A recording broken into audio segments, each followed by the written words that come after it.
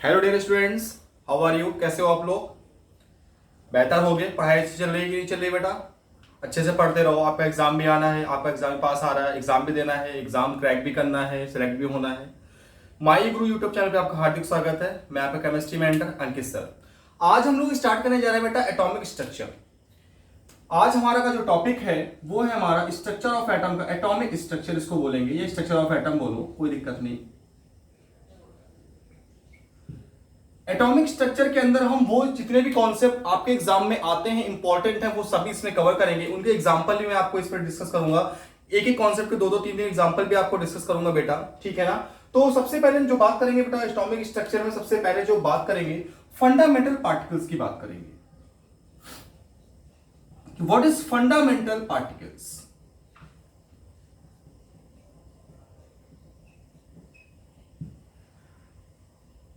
अगर हम fundamental particles की बात करें बेटा तो ये थ्री टाइप्स के होते हैं। कौन कौन से होते हैं बेटा? इलेक्ट्रॉन्स, इलेक्ट्रॉन्स या फिर इसको बीटा पार्टिकल बोलते हैं। प्रोटॉन्स, इसको पी से डिनोट करते हैं, या फिर इसको बोलते हैं ionised form of hydrogen ion. Next होता है न्यूट्रॉन्स,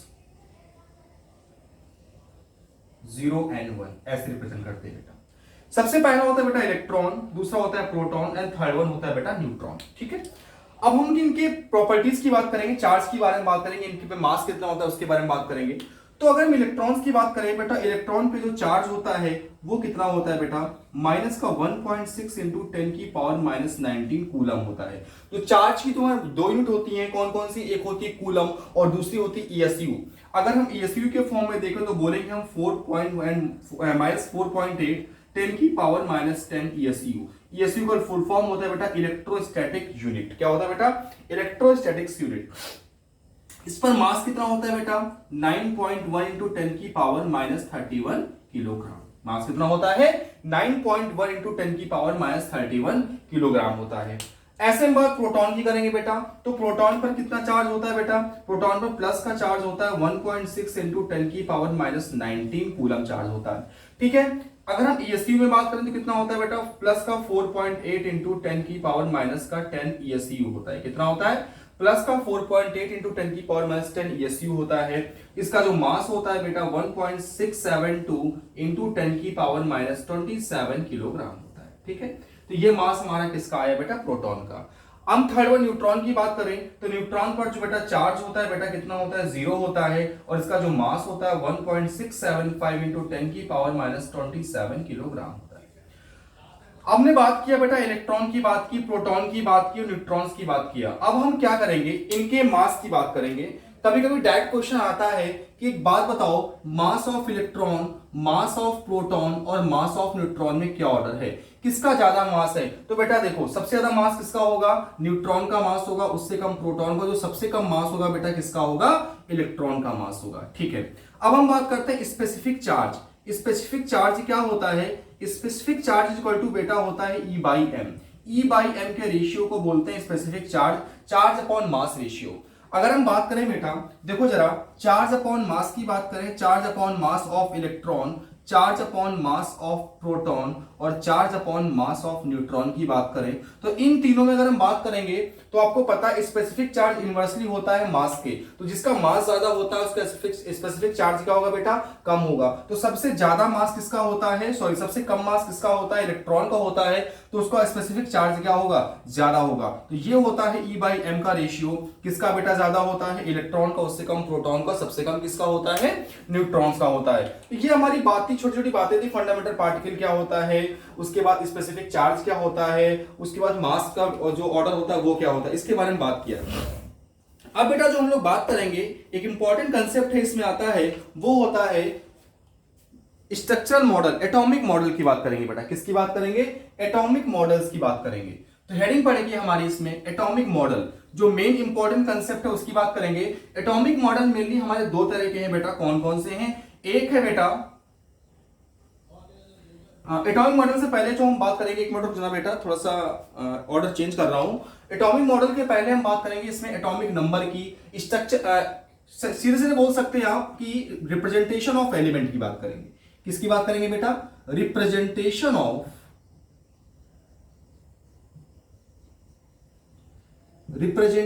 ऑफ एलिमेंट की बात करेंगे।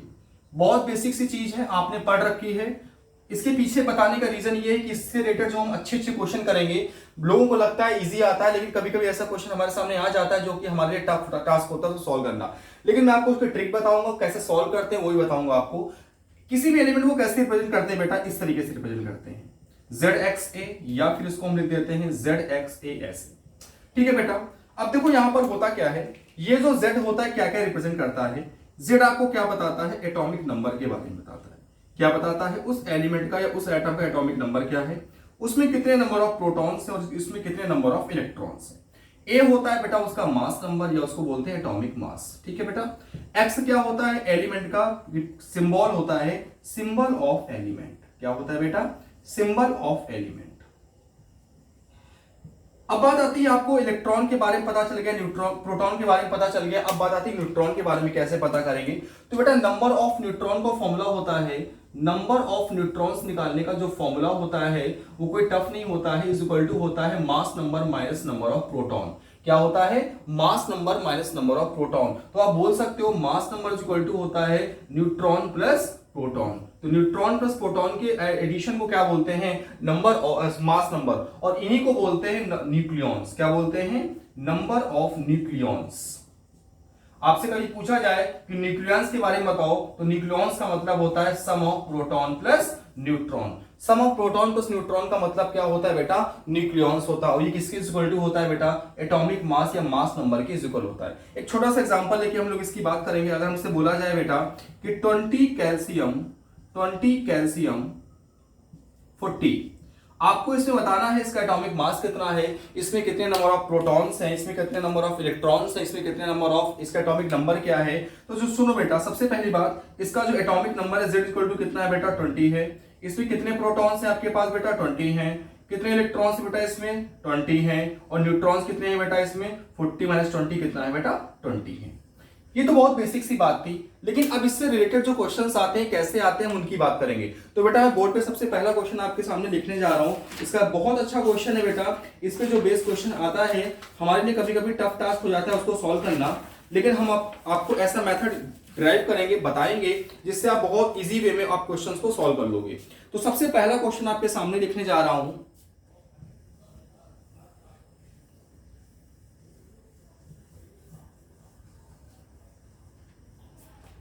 जो क्वेश्चन है बेटा आपके सामने, लिखो जरा, आप लिखते चलो, मैं बोल रहा हूं, बोर्ड में भी लिख दे रहा हूं आपको।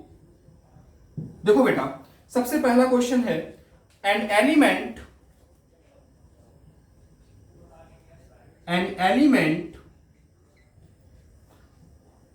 with mass number, an element with mass number 81 contains 31.7% more neutrons, 31.7% more neutrons as compared to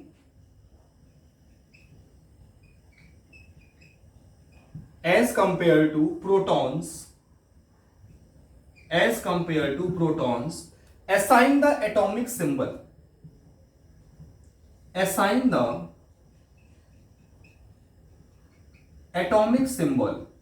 तो अगर आपको एटॉमिक नंबर पता चल जाए तो आप बता सकते हो उसका एटॉमिक सिंबल क्या होगा। तो देखो बेटा जरा ध्यान समझो, आपको क्वेश्चन में क्या दिया गया है। आपको क्वेश्चन में जो गिवन डेटा है वो क्या है, आपको बोला है कि मास नंबर कितना है बेटा, ये पकड़ो पॉइंट 81।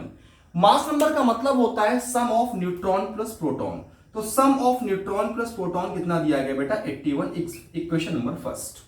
अब उसने आगे क्या बोला कि जो एलिमेंट है क्या कंटेन्स करता है, 31.7% more neutron as compared to proton. तो एक काम करो, आप लेट कर लो कि नंबर ऑफ प्रोटॉन्स कितने हैं, लेट नंबर ऑफ प्रोटॉन्स बेटा कितने हैं, x हैं। तो जब नंबर ऑफ प्रोटॉन x हैं तो नंबर ऑफ न्यूट्रॉन्स कितने हो जाएंगे बेटा? क्या बोला उसने? 31.7% मोर। तो कितने बेटा? x plus 31.7 upon 100 into x. तो यहां से क्या आ गया बेटा, नंबर ऑफ न्यूट्रॉन्स आ गए। अब एक काम करो, न्यूट्रॉन प्लस प्रोटॉन की वैल्यू यहां पुटअप करो। तो जब यहां पुटअप करोगे बेटा क्या आएगा, x plus 31.7 x upon 100 plus x is equal to 81। तो यहां से जब x की वैल्यू सॉल्व करोगे बेटा, तो x की वैल्यू सॉल्व होने के बाद आती है यहां पर कितनी, 35 आएगी बेटा। कितनी आएगी, 35। मतलब इसके पास नंबर ऑफ प्रोटॉन्स कितने हैं, 35। और 35 प्रोटॉन्स किसके पास होते हैं बेटा, ब्रोमीन के पास होते हैं, क्योंकि ब्रोमीन का जो एटॉमिक नंबर होता है बेटा कितना होता है, 35 होता है। एटॉमिक मास कितना होता है, 80 होता है। इसका मतलब जो हमारा एटॉमिक सिंबल है बेटा, एटॉमिक सिंबल क्या होगा माय डियर, वो हमारा क्या होगा, ब्रोमीन होगा। क्या होगा, ब्रोमीन होगा। जल्दी से नोट कर लो। इसके बाद हम एग्जांपल नंबर 2 की बात करेंगे बेटा, जल्दी से नोट करो। इसके बाद एग्जांपल नंबर हम 2 की बात करेंगे।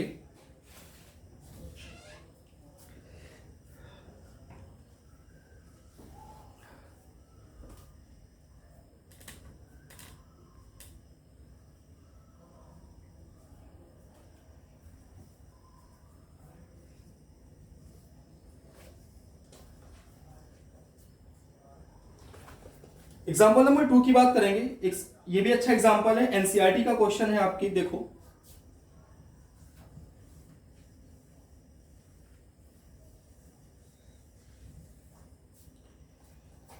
पहले आप इसको अटेंड करना, वीडियो पॉज करके क्वेश्चन लिख लो पहले आप। एन आयन, एक आयन है, पहले उसने बोल दिया वो आयन है, एलिमेंट नहीं है। An ion with mass number 56, with mass number 56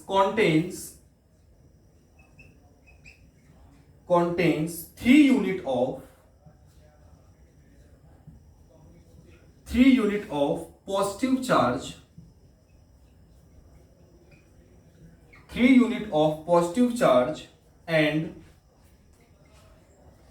30.4% more neutron, 30.4% more neutron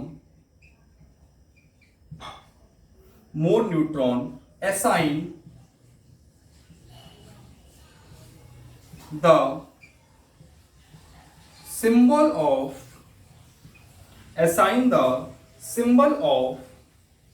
ion। आपको आयन का सिंबल बताना है बेटा, सिंबल क्या होगा। तो देखो बेटा, सबसे पहली बात ध्यान से समझो।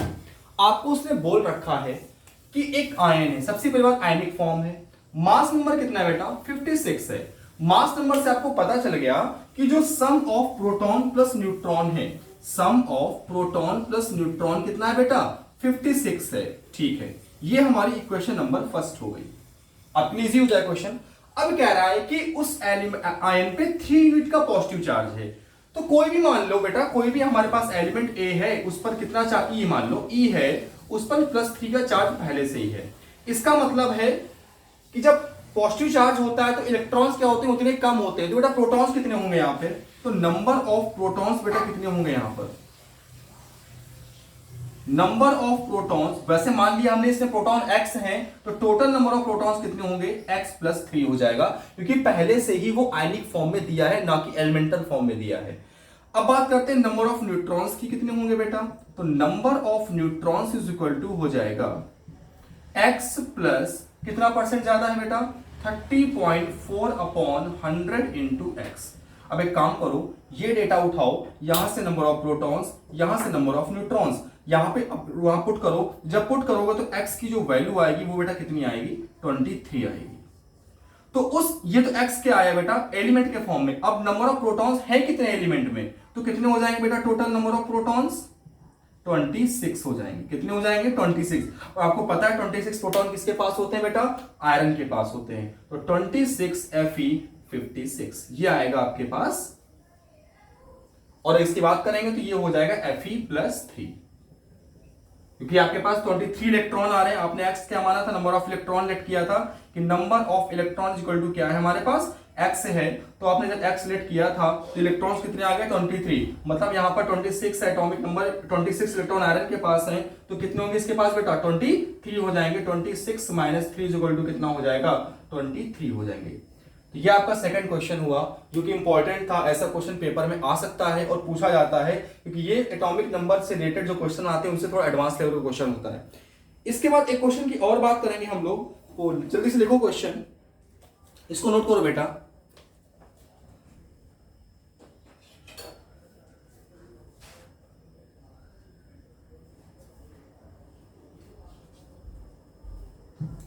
इसको रख कर रहा हूं।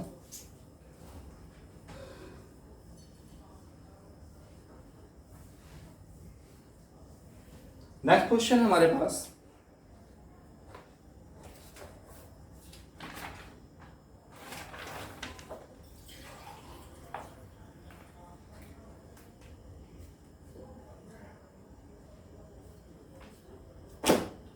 आपसे पूछ रहे हैं इसमें 29 कॉपर 63.5, इसमें आपसे पूछा एक बार क्वेश्चन कि इसमें number of protons, number of electrons और नंबर ऑफ न्यूट्रॉन्स कितने होंगे। तो बहुत बेसिक सा क्वेश्चन है बेटा, ये आप सॉल्व कर लोगे, बताने की जरूरत नहीं है। अब हम इसके बाद बात करेंगे एटॉमिक नंबर से रिलेटेड प्रॉपर्टीज की, जैसे आइसोटोप्स क्या होते हैं, आइसोबार्स क्या होते हैं, आइसोटोन्स क्या होते हैं, आइसोडायफर क्या होते हैं, आइसोस्टर्स क्या होते हैं।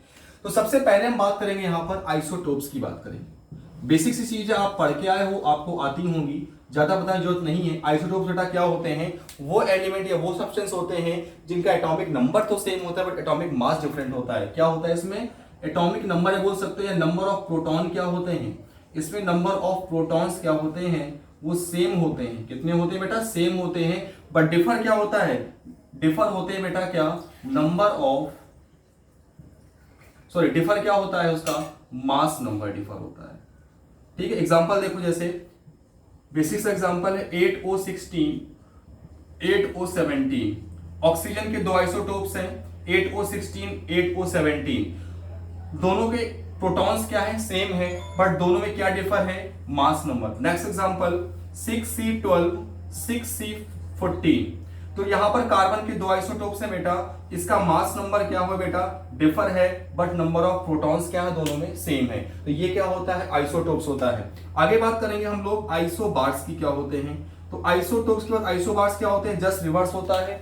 आइसोबार्स में क्या होता है बेटा, नंबर ऑफ प्रोटॉन्स क्या होते हैं, चेंज होते हैं, नंबर ऑफ प्रोटॉन्स क्या होते हैं, डिफर होते हैं। सेम क्या होता है इसमें, सेम होता है, एटॉमिक मास सेम होता है। क्या सेम होता है, एटॉमिक मास सेम होता है।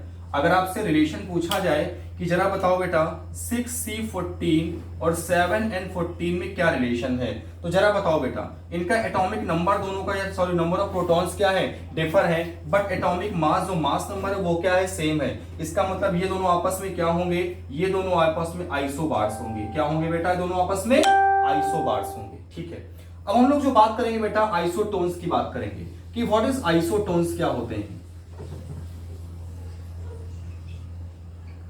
आइसोटोन्स में क्या होता है, ये जल्दी से नोट करो, फिर हम लोग बात करते हैं आइसोटोन्स की, उनके एग्जांपल्स की बात करते हैं बेटा। ठीक है ना, तो आइसोटोन्स में अगर हम बात करेंगे कि व्हाट इज आइसोटोन्स, तो आइसोटोन्स का मतलब होता है वो सब्सटेंस जिसमें कि बेटा क्या होता है, नंबर ऑफ न्यूट्रॉन्स क्या होते हैं, सेम होते हैं। क्या बेटा, नंबर ऑफ न्यूट्रॉन्स क्या होते हैं, सेम होते हैं। इसमें नंबर ऑफ न्यूट्रॉन्स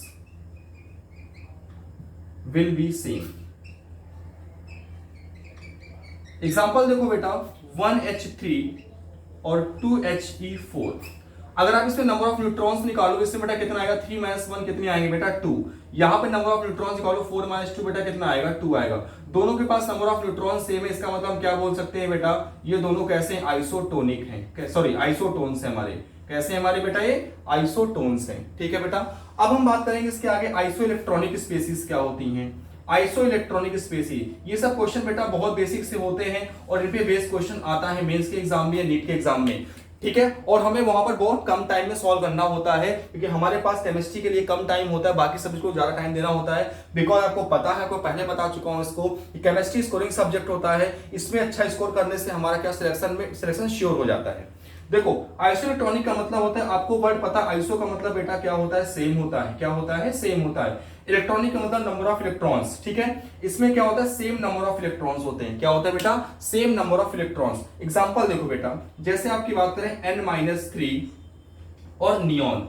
नाइट्रोजन के पास आपको पता है आउटर नाइट्रोजन के पास कितने इलेक्ट्रॉन होते हैं 7 इलेक्ट्रॉन। -3 का मतलब कितने हो गए बेटा इसके पास 10 इलेक्ट्रॉन हो गए। कितने हो गए 10 इलेक्ट्रॉन। और नियॉन के पास ऑलरेडी कितने इलेक्ट्रॉन होते हैं बेटा 10 होते हैं। इसका मतलब दोनों हमारे क्या है हमारे ये आइसो इलेक्ट्रॉनिक स्पेसीज है बेटा। कैसी स्पेसीज है आइसो इलेक्ट्रॉनिक स्पेसीज है। ठीक है बेटा जल्दी से नोट करो। इसके बाद हम बात करेंगे बेटा आइसो डायाफर की।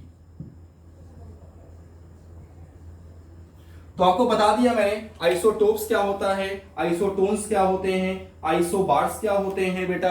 इसके बाद आइसो इलेक्ट्रॉनिक क्या होते हैं बेटा इसमें। ठीक है ना। अब हम लोग जो बात करेंगे बेटा वो किसकी बात करेंगे आइसो डायाफर की बात करेंगे। तो आइसो डायाफर की बात करते टाइम हम लोग क्या बोलेंगे व्हाट इज आइसो डायाफर क्या होते हैं हमारे। तो आइसो डायाफर में क्या होता है प्रोटॉन माइनस न्यूट्रॉन का जो प्रोटॉन माइनस न्यूट्रॉन क्या होते हैं बेटा इसमें सेम होते हैं। क्या होते हैं बेटा इसमें number of proton minus neutron क्या होते हैं वो सेम होते हैं। उसको बोलते हैं आइसो डायाफर। नोट कर लो बेटा इसमें क्या होता है number of proton minus neutron का जो सब्सट्रैक्शन होता है वो क्या होता है सेम होता है। इसको बोल देते हैं हम लोग आइसो डायाफर। इस पे बेसिक क्वेश्चन लोग हम देखते हैं।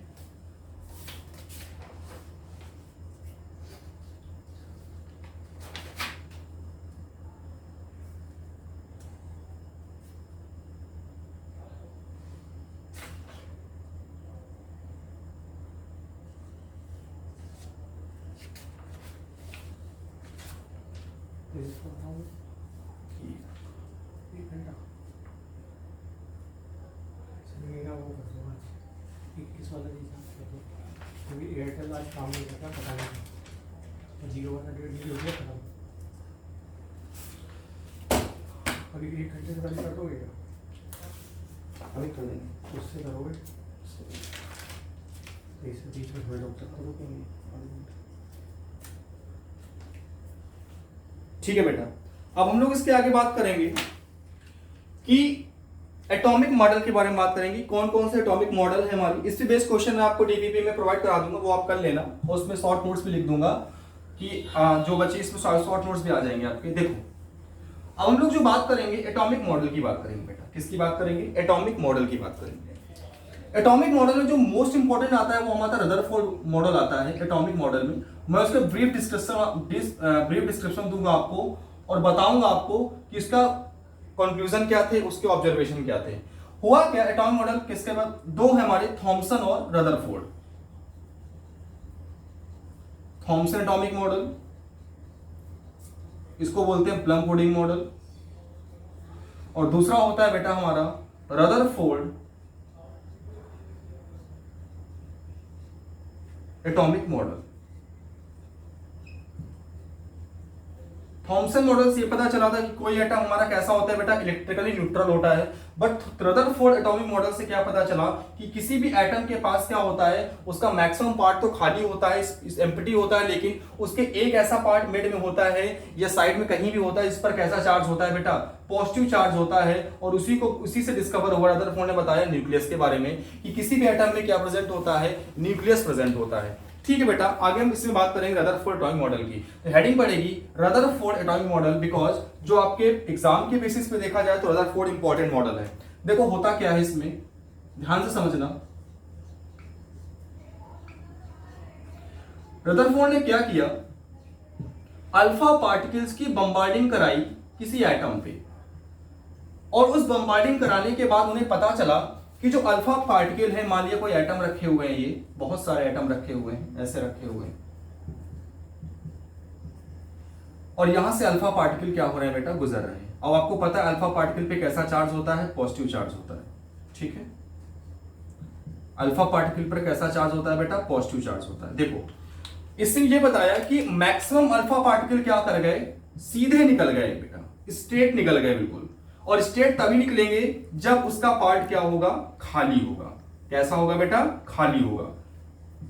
फिर बोला कि 200 में से एक अल्फा पार्टिकल ऐसा था जो बहुत ही छोटे एंगल से क्या हो गया अपने ओरिजिनल पाथ से बेटा क्या हो गया डेविएट कर गया। अपने ओरिजिनल पाथ से क्या कर गया डेविएट कर गया, मान लिया थीटा 1 एंगल से डेविएशन हुआ, कितना हुआ अभी बताऊंगा, थीटा 1 एंगल से बहुत, क्या बोला, 1/200 पार्टिकल, मतलब 200 में से एक पार्टिकल ऐसा था जो स्मॉल एंगल से क्या हो गया, डेविएट हो गया बेटा। लेकिन लगभग 20,000 में से एक पार्टिकल, 1/20,000, लगभग 20,000 में से एक पार्टिकल ऐसा था जो अपने मैक्सिमम एंगल से क्या हो गया, डेविएट हो गया, या बोल सकते हैं वो क्या हो गया, रिबाउंड हो गया अपने पास से क्या हुआ, वापस आ गया। एक तरह से मतलब क्या लग गया, रिपल्सन लग गया। इसका मतलब है कि एटम का मैक्सिमम स्पेस तो क्या है बेटा, वो खाली है, लेकिन उसके कुछ स्पेस पर कोई ऐसा चार्ज प्रेजेंट है जिसकी वजह से वो अल्फा पार्टिकल क्या हो गए, अपने पास से रिबाउंड हो गए। ठीक है, अब हम लोग बात करेंगे अगर रिबाउंड हुए या डेविएट हुए तो किसी एंगल से डेविएट हुए होंगे, कितने अल्फा पार्टिकल कितने एंगल से डेविएट हुए, किस किस पर डिपेंड करेंगे उसकी बात करेंगे। तो मान लो बेटा कोई अल्फा पार्टिकल है वो थीटा 1 एंगल से डेविएट हुआ और कोई दूसरा अल्फा पार्टिकल वो थीटा 2 से डेविएट हुआ। जरा ध्यान समझना, पहले बेसिक सी चीज बताऊंगा। ये एक अल्फा पार्टिकल है हमारा, ये स्ट्रेट जा रहा था लेकिन अल्फा अपने पास से क्या कर गया, डेविएट कर गया। कितना डेविएट किया, मान लिया थीटा 1 एंगल डेविएट किया, थीटा एंगल समझ लो, थीटा एंगल से डेविएट हुआ। ठीक है बेटा, यहां एटम था, उस एटम पे ना जाके थीटा एंगल से डेविएट कर गया। बात आती है कि जो एन थीटा है, एन थीटा का मतलब होता है नंबर ऑफ स्कैटर्ड पार्टिकल, मतलब कितने number of particle theta angle से डेविएट हुए हैं, वो डायरेक्टली प्रोपोर्शनल होगा बेटा किसके, एन आई के। एन आई का मतलब होता है number of bombarded particles. N theta क्या होता है बेटा, number of scattered particle. N I क्या होता है बेटा, यहां पे नंबर ऑफ बम्बार्डेड पार्टिकल, कितने पार्टिकल को बम्बार्ड किया गया था एटम पर। दूसरी चीज जो एन थीटा होता है वो और किस पे डिपेंड करता है, डायरेक्टली होता है जेड स्क्वायर के, नंबर ऑफ प्रोटॉन्स के स्क्वायर पे डायरेक्टली होता है। और थर्ड वन जो होता है वो होता है एन थीटा इनवर्सली प्रोपोर्शन होता है साइन की पावर 4 थीटा बाई 2 के। इन तीनों को जब एक साथ हम मिलाएंगे तो क्या बोल सकते हैं आप यहां पे कि जो एन थीटा होता है वो क्या होता है, एन थीटा, यहां लिख रहा हूं, एन थीटा इनवर्सली होता है N I Z square upon sine की power 4 theta by 2। Maximum book में आपको ये चीज नहीं मिलेगी, ठीक है, बट आपके लिए इंपॉर्टेंट हो जाती है, कभी भी आपसे पूछ सकता है। ऐसे ही मान लो कि थीटा 1 एंगल पर कितने n1 पार्टिकल क्या हुए, डेविएट हुए, और थीटा 2 एंगल पर n2 पार्टिकल डेविएट हुए, तो क्या रिलेशन आएगा, किसी भी एलिमेंट के लिए उसका जो एटॉमिक नंबर होता है वो तो सेम, प्रोटॉन तो सेम होते हैं बेटा। क्या बोल सकते हो आप, n1 upon n2 is equal to, ये पार्ट तो दोनों में कैंसिल हो जाएगा, 1 अपॉन साइन की power 4 theta 1 by 2 upon 1 upon sine की पावर 4 थीटा 2 बाई 2। ठीक है बेटा, जब इसको सॉल्व करोगे तो आप निकाल सकते हो कि n1 upon n2 is equal to क्या होगा, साइन की power 4 theta 2 by 2 upon sine की पावर 4 थीटा 1 बाई 2। इस पे बेस एक क्वेश्चन पेपर में आ जाता है जो कि कम टाइम में आप सॉल्व कर सकते हो। ठीक है बेटा, जल्दी से इसको नोट करो, उसके बाद हम इससे एग्जांपल की बात करेंगे।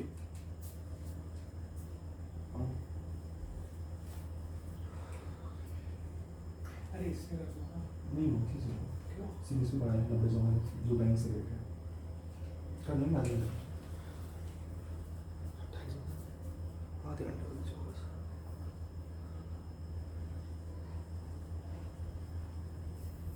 देखो बेटा, अब इसके एग्जांपल की हम बात करेंगे। इसके एग्जांपल की बात करते हुए एक क्वेश्चन दूंगा आपको,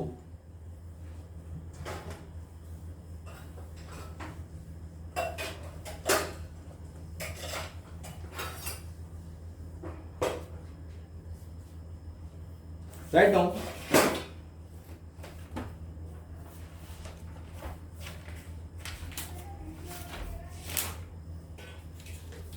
इफ, क्वेश्चन लिखो, एग्जांपल, if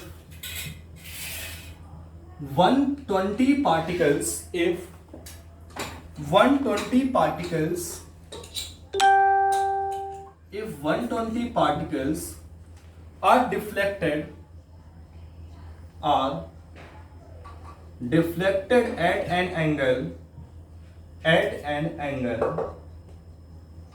कितने एंगल से बेटा, 60 degree, 60 degree. Calculate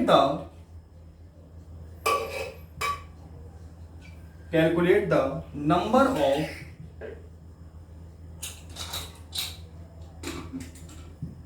deflected particles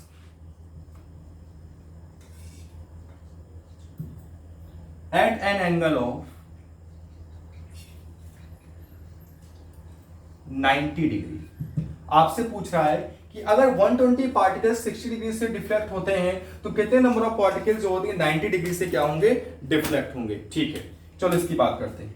जल्दी से इसको आप एक मिनट टाइम लेके सॉल्व करो, उसके बाद हम आपको बताते हैं, डिस्कस करते हैं क्वेश्चन।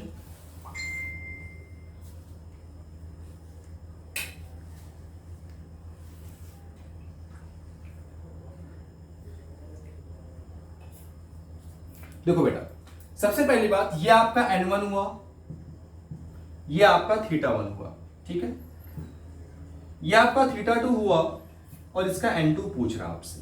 ठीक है, बस कुछ नहीं करना, आपको बता चुका हूं, आपको पता है कि n ऑफ थीटा इनवर्सली किसके होता है बेटा, 1/sin की पावर 4 θ/2 के होता है। ठीक है, 1/4 sin की पावर θ/2 के होता है। तो आप बोल सकते हो कि n1/n2 is equal to sine की पावर 4 θ2/2 अपॉन साइन की पावर 4 θ1/2।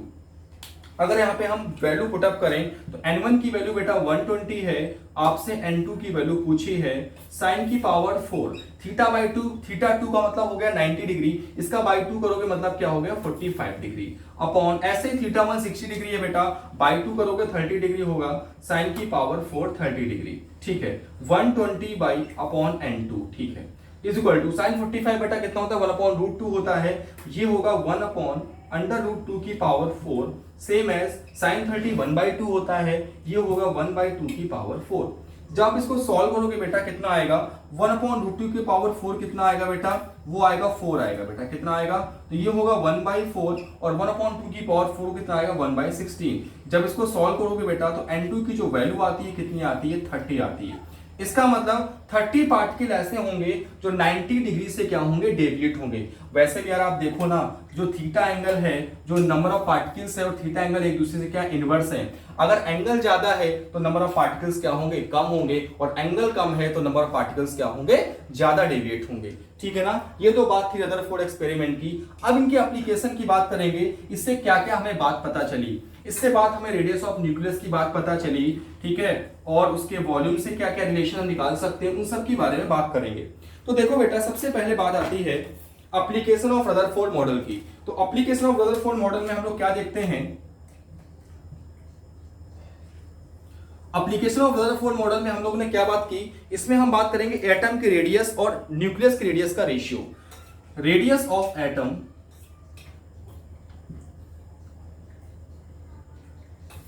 इसको बोलते हैं AR, sorry RA upon radius of nucleus, radius of nucleus, ये एप्लीकेशन है, इसको बोलेंगे RM। इसका जो रेशियो होता है, कि जो एटम की रेडियस होती है बेटा किस रेंज की होती है, 10⁻⁻10 मीटर की रेंज की होती है, और न्यूक्लियस रेडियस कितनी होती है, 10⁻⁻15 की रेंज की होती है। तो अगर आपको रिलेशन आ जाए तो एटम की रेडियस इज इक्वल टू होगा बेटा, क्या होगा, 10⁵ इंटू रेडियस ऑफ न्यूक्लियस। मतलब किसी भी एटम की जो रेडियस होती है लगभग 10⁴ टाइम न्यूक्लियस की रेडियस के क्या होती है, इक्वल होती है। अच्छा, रेडियस के बारे में आपको पता चल गया तो वॉल्यूम पता चल जाएगा, क्योंकि वॉल्यूम इज इक्वल टू कितना होता है बेटा, 4/3 πr³ होता है। वॉल्यूम डायरेक्टली किसके होता है, रेडियस के। इसका मतलब जो किसी एटम की रेडियस है वो भी क्या होगी बेटा, r³ है। r³ मतलब कितना आएगा, 10⁻15 टाइम्स किसकी होगी, न्यूक्लियस के वॉल्यूम की होगा। एटम का जो वॉल्यूम होता है वो 10⁻15 टाइम्स क्या होता है, न्यूक्लियस के वॉल्यूम के बेटा इक्वल होता है। ये तो फर्स्ट एप्लीकेशन था। अब जो एप्लीकेशन सेकंड आएगा बेटा, वो है हमारा न्यूक्लियस की रेडियस के बारे में बात की, कि रदरफोर्ड ने बताया कि किसी भी न्यूक्लियस की जो रेडियस होती है वो क्या होती है, cube root of number of nucleus की होती है, मास नंबर की होती है। क्या बताया कि जो रेडियस न्यूक्लियस की रेडियस होती है वो डायरेक्टली प्रोपोर्शनल होती है cube root of number of nucleus की होती है। ठीक है बेटा, अगर प्रोपोर्शनलिटी कांस्टेंट हटाओगे तो यहां आएगा r0 a⁻1/3। r0 क्या है, एक कांस्टेंट है, इसकी जो वैल्यू होती है बेटा कितनी होती है, 1.3 इंटू 10⁻13 सेंटीमीटर होती है। कितनी होती है 1.3 इंटू 10 की पावर -13 सेंटीमीटर। ए क्या होता है बेटा यहाँ पर मास नंबर होता है, या इसको बोलते हैं नंबर ऑफ न्यूक्लियॉन्स बोलते हैं। आरएन क्या होता है बेटा यहाँ पर, किसकी रेडियस होती है, एटम न्यूक्लियस की रेडियस होती है बेटा, ठीक है ना। इस पे बेसिक क्वेश्चन लोग करेंगे अभी, तो इसको मैं रफ कर रहा हूं, आप इसको नोट कर लो। रिलेशन, जो रिलेशन है आपके पास बेटा क्या है, R N is equal to R naught A की पावर 1/3। बस आपको थोड़ी मैथ सीखनी पड़ेगी, क्यूब रूट, लेकिन क्यूब रूट आना चाहिए निकालना आपको। तो मैं बेसिक सा क्वेश्चन देता हूं जो जिससे आपका अगर क्वेश्चन इस पे आता है तो आप वहां पर कंसेप्ट अप्लाई कर सको, ठीक है। बाकी इसके क्वेश्चंस होंगे आपको डीपीपी में मिलेंगे, आपको आप उन्हें सॉल्व करना, वे सॉल्व मिलेंगे आपको, ठीक है बेटा। इससे एग्जांपल लिखो सबसे पहले, कैलकुलेट द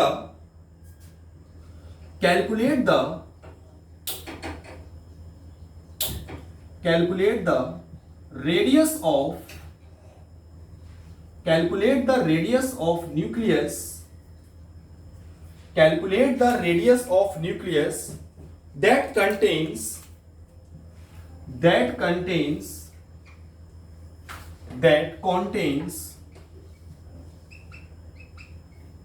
64 न्यूक्लियॉन्स। तो ठीक है, आपको न्यूक्लियस का मतलब क्या दिया है बेटा, ये आप क्वेश्चन पढ़ लो। ये दिया है sum of proton plus neutron is equal to A is equal to कितना दिया 64, ठीक है बेटा। कैसे करोगे देखो, आपको पता है रिलेशन क्या होता है, R N is equal to होता है आर नॉट ए की पावर 1/3। आपको यहां पर फाइंड क्या करना है, रेडियस किसकी, न्यूक्लियस की। आर नॉट की वैल्यू क्या आएगी 1.3 इंटू 10 की पावर -13। अच्छा हाँ, ये सेंटीमीटर में पुटअप कर रहा है तो बेटा आंसर भी सेंटीमीटर में ही आएगा। ए की वैल्यू क्या है बेटा यहाँ से 64, इसकी पावर 1/3। अब बात आती है 64 किसका क्यूब रूट होता है, ये 4 का क्यूब रूट होता है, ठीक है। आपको पता है 4 4 जा 16 और 16 4 जा 64 होता है। तो 1.3 इंटू 10 की पावर -13 इंटू 4 क्या आएगा बेटा यहाँ से 5.2 इंटू 10 की पावर -13 सेंटीमीटर किसकी रेडियस आ जाएगी, न्यूक्लियस की रेडियस आ जाएगी। ओके बेटा, यहां तक हमने बात कर ली रदरफोर्ड एटॉमिक मॉडल की, उनके एप्लीकेशंस की, उन पे बेस्ड क्वेश्चन कैसे आता है, ठीक है। अब आगे हम लोग बात करेंगे, जो बात करेंगे वो है हमारी इलेक्ट्रोमैग्नेटिक रेडिएशन की, इलेक्ट्रोमैग्नेटिक थ्योरी की बात करेंगे, ठीक है।